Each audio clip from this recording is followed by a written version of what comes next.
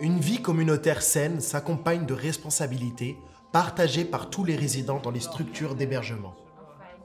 L'une des nuisances pour notre bien-être et ceux de nos concitoyens sont les maladies et les infections qui peuvent être causées et propagées par les insectes et les rongeurs. Afin de nous protéger de ces maladies, il est bon de savoir, d'une part, ce qui les attire, les rongeurs et les insectes, quel type de maladies et d'infections ils provoquent et propagent, et enfin, comment nous pouvons nous protéger de ces maladies. Alors, qu'est-ce qui attire les nuisibles? Les nuisibles, tels que les insectes, les souris et les rats, sont attirés par les environnements chauds et humides, les restes de nourriture qui traînent sur le sol, les tables, dans et près des poubelles et des bacs extérieurs, les réserves de nourriture qui sont mal stockées ou mal scellées, les espaces encombrés et sombres où ils peuvent se cacher, et de mauvaises habitudes en matière de nettoyage et d'hygiène. Quels sont les risques de santé liés aux nuisibles? Les insectes et les rongeurs transportent et propagent des maladies et peuvent contaminer les denrées alimentaires. Les nuisibles les plus courants sont les cafards. Les cafards transmettent des maladies en contaminant la nourriture et provoquent ainsi des intoxications alimentaires et des réactions allergiques. Les poux de corps et poux de tête. Les poux de corps vivent dans les plis des vêtements et les poux de tête dans la chevelure. Ils entrent en contact avec notre peau pour se nourrir du sang, ce qui provoque des démangeaisons. Les puces. Les puces sont transmises par les rongeurs et les oiseaux. Les piqûres de puces sont un désagrément considérable qui peut provoquer des réactions allergiques, des diarrhées, des lésions et des infections cutanées dues au grattage. Elles ont tendance à se cacher dans la literie, les meubles et les fissures du sol. Punaises de lit. Les punaises de lit survivent également dans les lits et se nourrissent de sang humain. Leurs piqûres provoquent des gonflements, des rougeurs et des démangeaisons qui peuvent entraîner des éruptions cutanées et des symptômes allergiques. La gale est une maladie contagieuse de la peau causée par un parasite acarien qui pénètre dans la peau.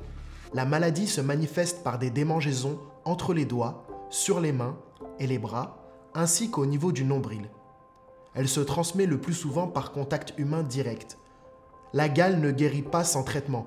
Il est donc indispensable de consulter un médecin. Si vous pensez être atteint de cette maladie, évitez tout contact avec d'autres habitants et rendez-vous chez votre médecin ou à l'hôpital le plus proche. N'oubliez pas que l'action préventive est la meilleure solution à long terme. Voici quelques bonnes pratiques pour garder notre environnement sans nuisibles. Après avoir cuisiné, assurez-vous de nettoyer le sol et d'enlever les restes de nourriture qui traînent. La nourriture doit être gardée couverte ou dans des endroits fermés pour éviter la contamination par les cafards. Les poubelles doivent être vidées tous les jours et déposées dans les conteneurs à l'extérieur de l'établissement.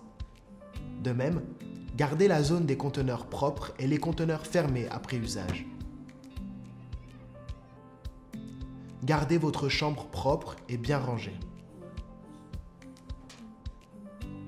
Nettoyez et faites de l'ordre dans vos armoires et vos étagères et passez régulièrement un coup de balai ou d'aspirateur. Changez et nettoyez vos draps de lit et vos thés d'oreiller au moins toutes les 2 semaines. Signalez au personnel de votre établissement toute fissure ou tout trou par lequel des nuisibles pourraient pénétrer dans le bâtiment.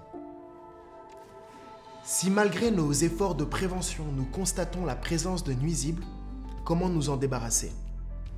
Si à un moment donné, vous soupçonnez une infestation de nuisibles dans votre chambre, la salle de bain ou dans les espaces collectifs, signalez-le à un encadrant de l'établissement. Il y a plusieurs choses que nous pouvons faire pour éliminer les nuisibles. En ce qui concerne les poux de corps et les punaises de lit, il est recommandé de laver les vêtements, les draps et les thés d'oreiller à l'eau très chaude, si possible à une température supérieure à 60 degrés.